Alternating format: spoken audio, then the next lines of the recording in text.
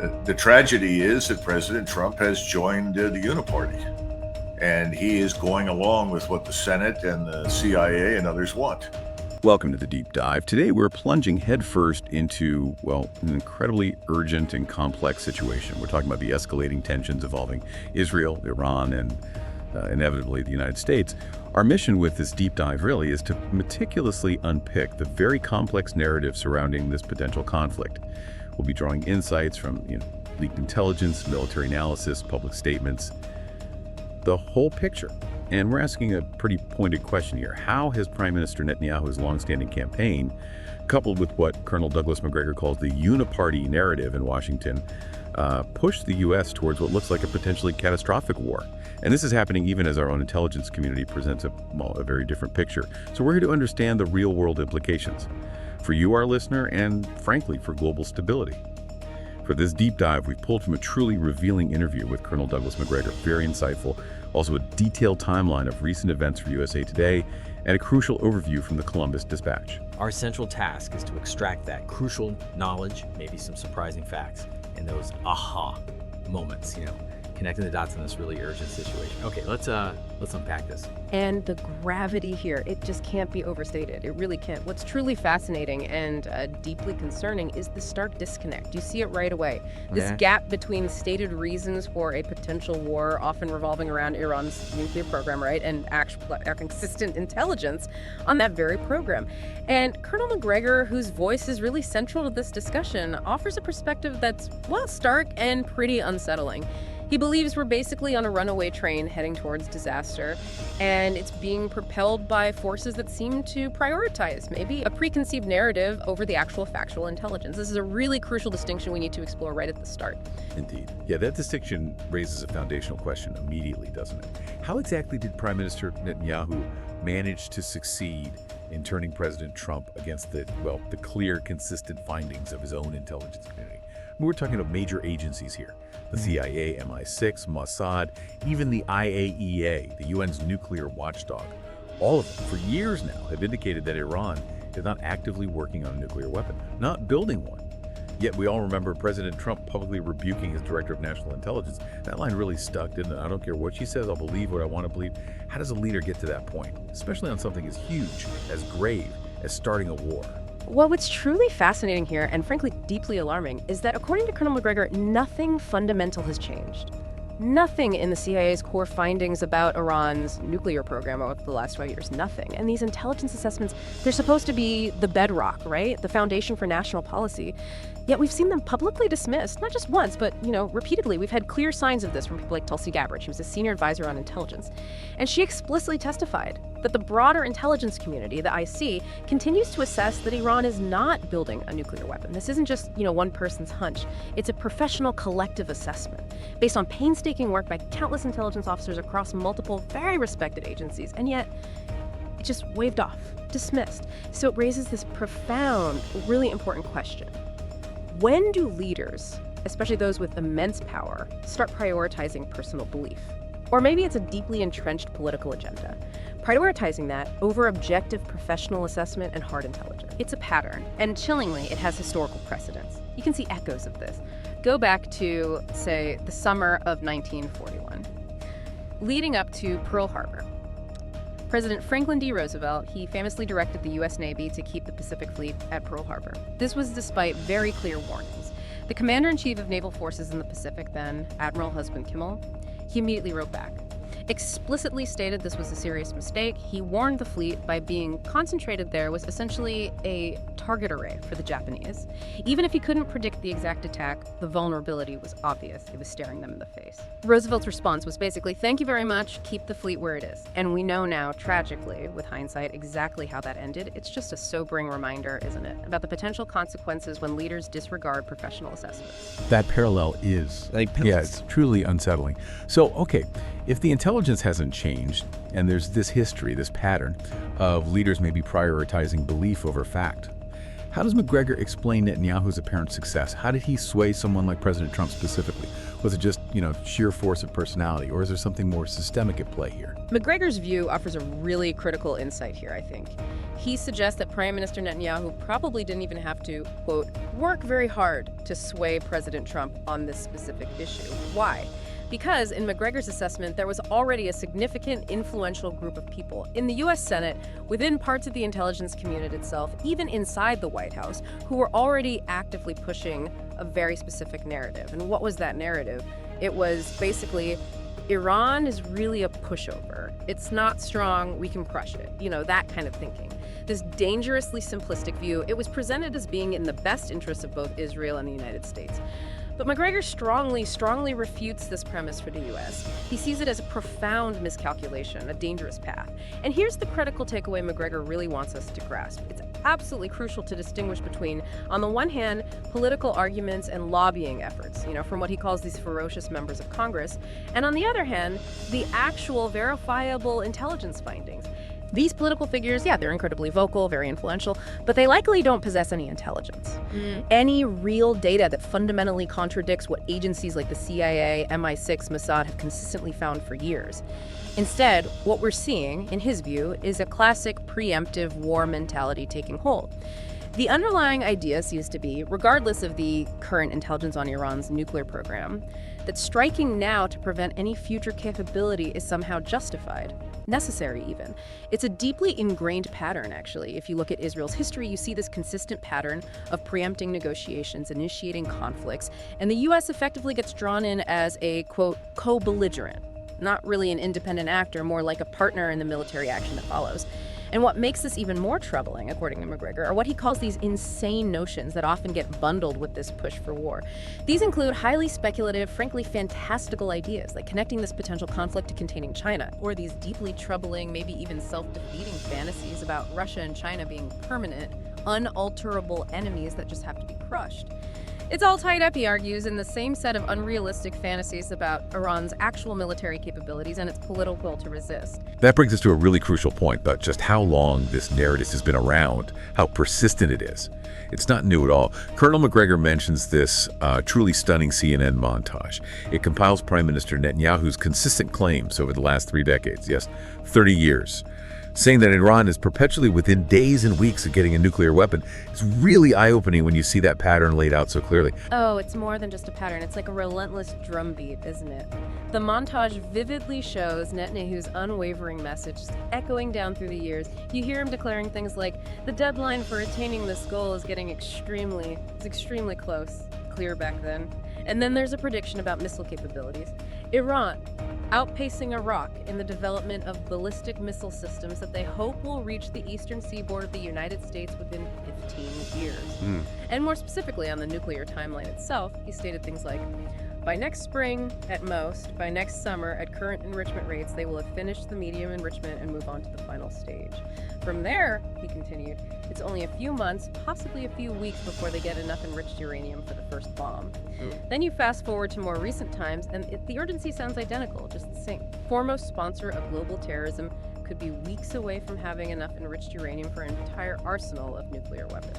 And again, a militant Islamic terror regime weeks away from having the file material for an entire arsenal of nuclear bombs. And yet another version.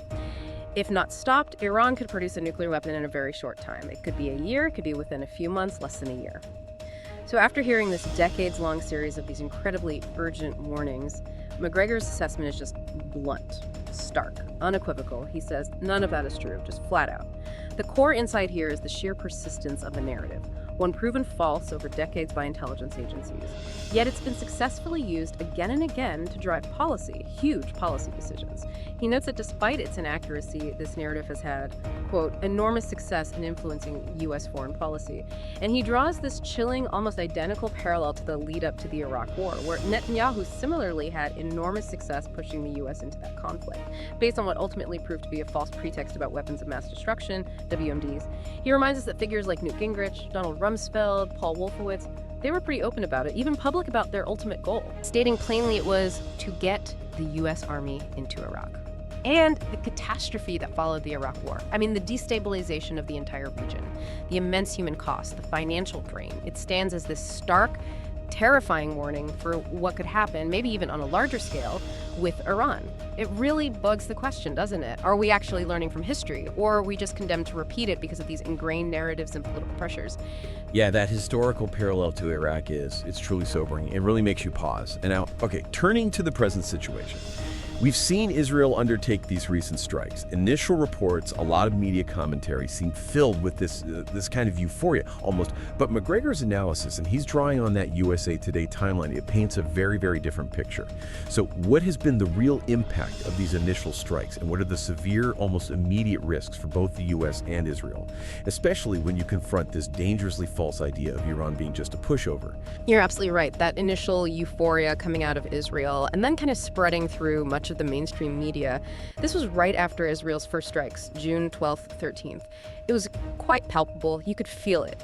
These attacks were widely reported as hitting key parts of Iran's nuclear program, like the Natanz uranium enrichment facility, often called the heart of their nuclear ambitions. There were also reports of targeted assassinations of Iranian leadership, specifically nearly the entire top level of military commanders and leading nuclear scientists. The implicit assumption, sometimes even explicit, was that these strikes would just cripple Iran's capabilities, maybe even trigger a swift regime change from within. That old hope. However, Colonel Macgregor offers this really powerful counter-assessment. He argues that killing top leaders, it seems impactful short-term, but it simply leads to replacements. And in many cases, he warns, these replacements could actually be more capable, more courageous, more innovative, potentially making the adversary even stronger in the long run.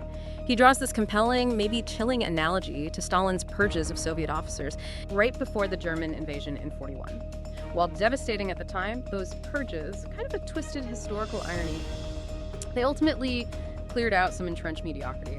They allowed for better, more adaptable officers to emerge, which ultimately benefited the Red Army.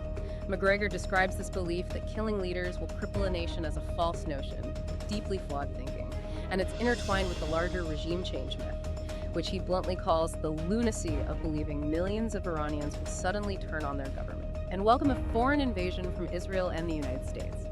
It's just a profound misunderstanding, he argues, of national will, national identity, and resilience. That's a really critical counter-argument to the conventional wisdom we often hear bandied about. So, okay, if the effect on leadership isn't what was maybe hoped for or expected, what about Iran's actual physical capabilities, their infrastructure? That whole notion of Iran being a pushover seems to have been challenged very quickly, even surprised some people. Absolutely. And what's truly astonishing, according to that USA Today timeline, is just how quickly Iran demonstrated its resilience. It surprised even seasoned military analysts like Macgregor. Their integrated air defenses, which were reportedly hit hard in the initial strikes, they were, quote, rapidly repaired and placed back into operation within the first 24 hours. 24 hours. That is not the action of a pushover nation, not by any stretch. As for the damage to their nuclear enrichment capability, well, it appears one primary facility was damaged, but it has since been repaired. And then you have these other key Iranian facilities, often cited as deeply buried, heavily fortified sites like Pickaxe, Fodor. These are described as not very vulnerable, highly likely to resist conventional attacks. There's even a serious ongoing debate among experts about whether even the biggest conventional bombs we have, the 30,000-pound bunker busters, whether they'd even be effective against these deeply buried, hardened sites. Some experts believe they might not be effective at all, which leads to speculation, really terrifying speculation, about only more extreme measures, possibly even low-yield nuclear weapons, might actually do the job. A truly horrifying prospect to consider. And Iran's response wasn't just about repairing things, it was about retaliation. Active retaliation. They launched 3 distinct waves of retaliatory missiles against targets inside Israel. The USA Today timeline details significant damage between June 15th and 18th, including the Haifa oil refinery, a major target, and the Weizmann Institute of Science, a prominent research institution. Perhaps most tellingly, there are reports indicating that about a third of Tel Aviv has been damaged or destroyed. A third. Israeli military installations were also targeted. And in a move that really signals extreme vulnerability, reports suggest Israeli aircraft were even flown out of the country to Cyprus to avoid these incoming strikes. There's a very telling quote from Ben Gabir, a leading Israeli political figure. He openly admitted that Israelis didn't understand or appreciate the enormous striking power of the Iranian missile arsenal. And that immediately prompted their swift turn to the Americans for help. Persistence. The severity of Israel's situation is described in very stark terms by Macgregor. He says they are on the ropes. Well, with only a few days left in terms of missiles, its air defense capability, running low. He goes so far as to describe the much-hyped Iron Dome defense system as a giant sieve. Like a sieve, right. Meaning it's proving far more porous, far less effective than its reputation suggests, letting too many projectiles get through. Casualty reports are significant too. Over 220 Iranians killed, 1,200 injured, 24 Israelis killed. These are not trivial numbers. They signal a highly destructive, very immediate impact from this exchange. Wow, that's a really grim picture of the immediate consequences there. And what truly amplifies the stakes, just massively, is the presence of U.S. forces. If Israel is on the ropes and the Iron Dome is acting like a giant sieve, what on earth does this mean for the, 40,000 U.S. soldiers, sailors, airmen currently deployed right across the Middle East? This brings us to a truly critical, almost unimaginable vulnerability. It's huge. Macgregor states it unequivocally. For the 40,000 U.S. soldiers, sailors, airmen, potential Marines on the ground in the Middle East, he says, quote, "We can't protect them," just flat out. Calls it an established fact. If this conflict escalates further, these forces will be targets. They will take severe losses. And this immense risk, it extends beyond ground troops. It includes U.S. surface vessels in critical waterways, places like the Red Sea, the Mediterranean, the Indian Ocean. He states that these are at risk of being destroyed. And then think about the vast network of U.S. troop bases scattered across the region: Jordan, Qatar, Bahrain, Saudi Arabia, Syria, Iraq, all over. Macgregor warns of severe risk to these host states if they continue to offer bases for American access. The situation in Jordan, for instance, he describes as very tenuous, with an explosive population that could easily destabilize the region further if the conflict expands.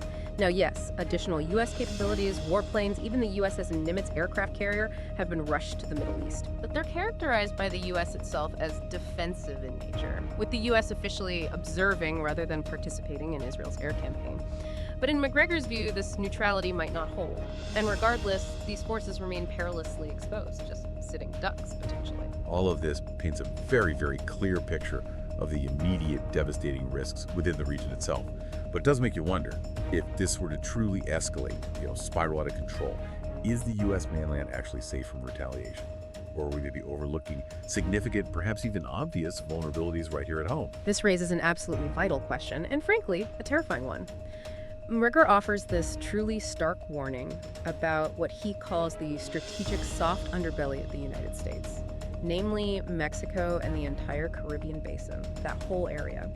He believes that if the U.S. were to get deeply entangled in a large-scale war with Iran, any number of things, personnel, material, weapons, could find their way into the United States from that region easily. And he highlights a truly significant demographic vulnerability. He states there are probably 30 to 31 million people in the United States about whom we know absolutely nothing. Nothing about who they are, where they came from, people who came in over the last 4 years. He recalls Tulsi Gabbard pointing this out months ago, even before her current role, that while we lack detailed knowledge about many of these individuals, we do know that these flows include, quote, "many terrorist and criminal organizations from the Middle East and Central America." They're embedded in those numbers. The implications are chilling when he starts listing potential targets. Targets that are incredibly vulnerable right across the U.S. Numerous nuclear power stations. The extensive, often fragile power grids, massive shopping malls, other public places, all could become targets for disruption, for attack, for causing chaos. And it's an interesting kind of sobering point that Macgregor brings up here. People often mock Iran, right, for its perceived inability to keep out intelligence agents or infiltrators. Meanwhile, the U.S., with its, quote, enormous borders, thousands of miles of coastline, has, in his view, failed to control them effectively for years now. So the conclusion he draws is chillingly direct. Anyone who truly believes the U.S. is invulnerable to this kind of activity, particularly from non-state actors, highly motivated groups, anyone who believes that is, quote, crazy. He says he is sure there are all sorts of cells operating inside the United States that could pose very serious risk in such a war scenario.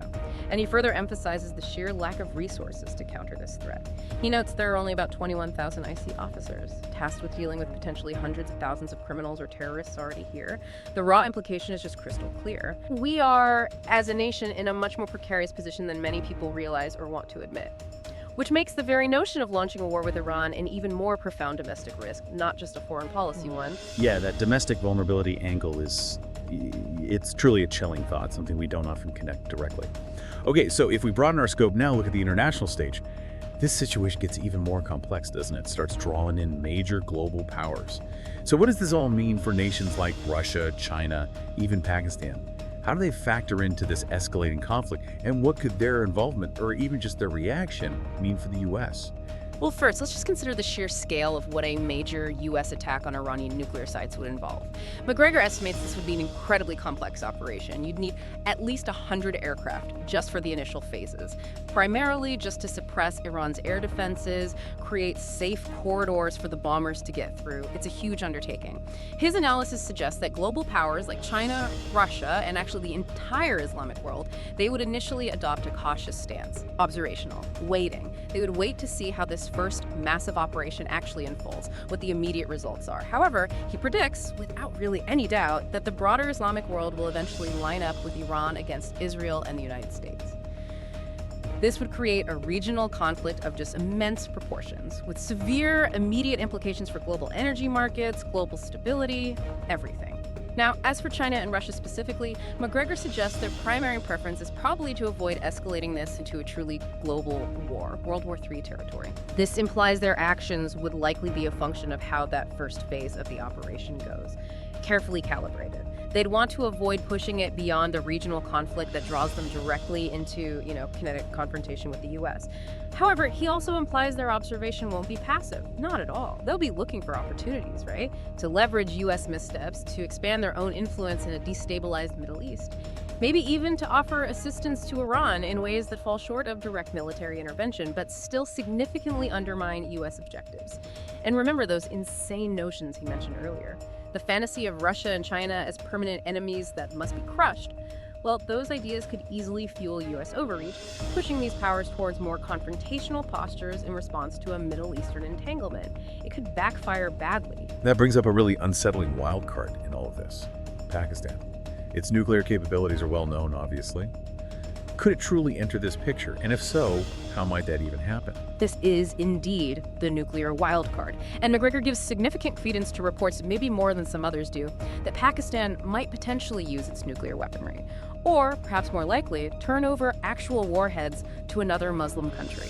He reminds us that for many years, the Pakistanis have apparently made it clear to their friends in Ankara, in Turkey, that they would provide the Turks with nuclear warheads that could be mated to Turkish missiles if circumstances demanded it. What maybe no one expected, he says, was that a Sunni Muslim country like Pakistan, which historically has had some friction with Shia Iran, would also consider doing the same thing for Iran. His assessment here is stark. If a nuclear weapon were to be involved in this conflict, it would likely originate from another location, perhaps within Iran itself, but only be used in direct response to Israel employing a nuclear weapon first.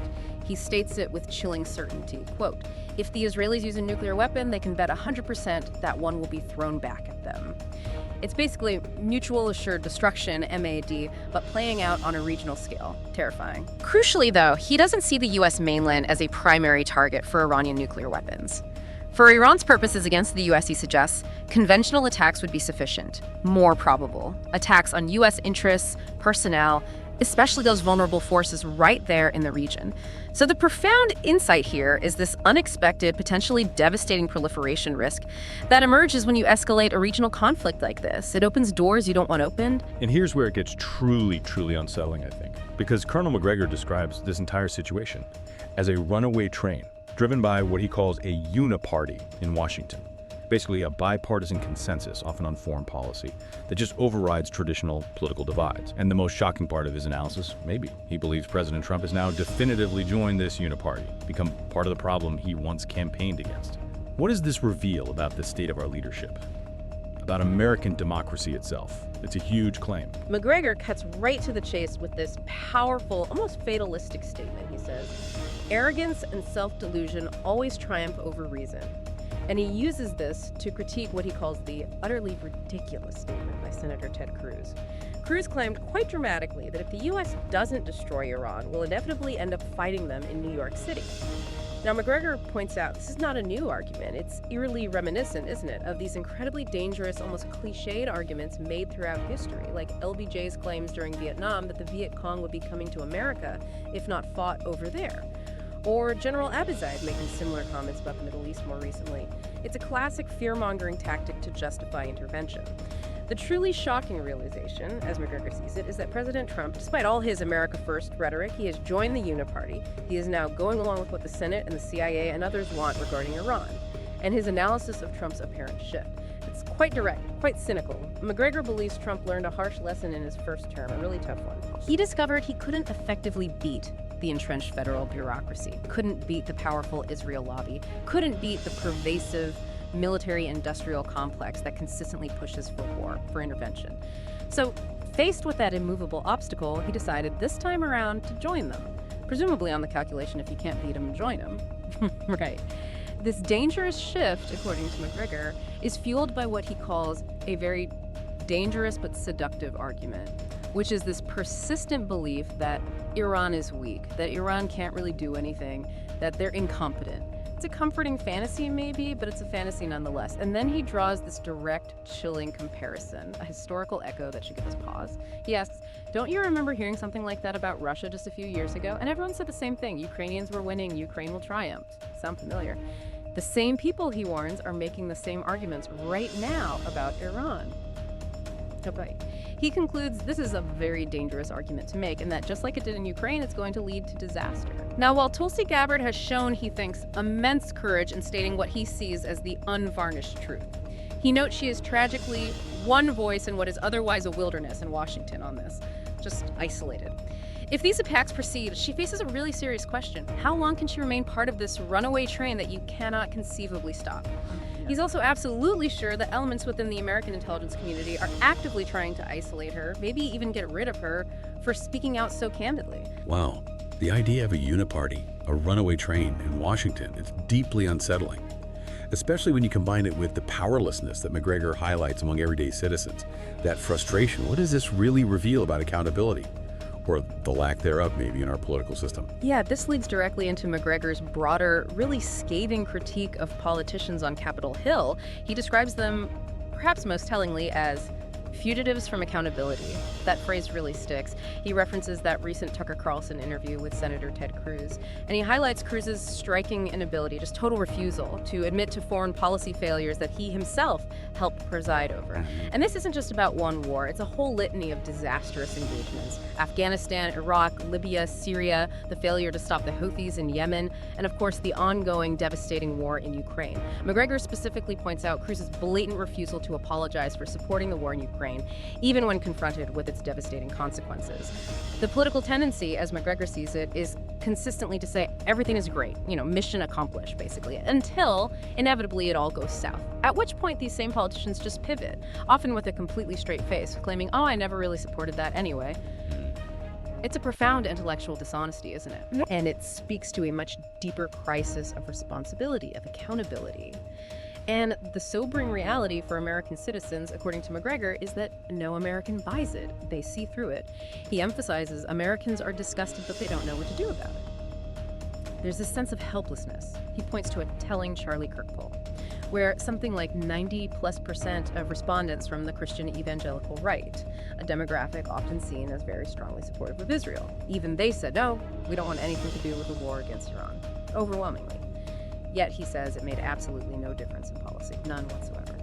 This, he argues, just encapsulates the raw emotional frustration that citizens feel, that they have no influence, that we are not represented. Not really. He contends that politicians respond not to the will of the people, but to the people that pay him, the people that subsidize him, the people that keep him in office, the donors, the lobbyists.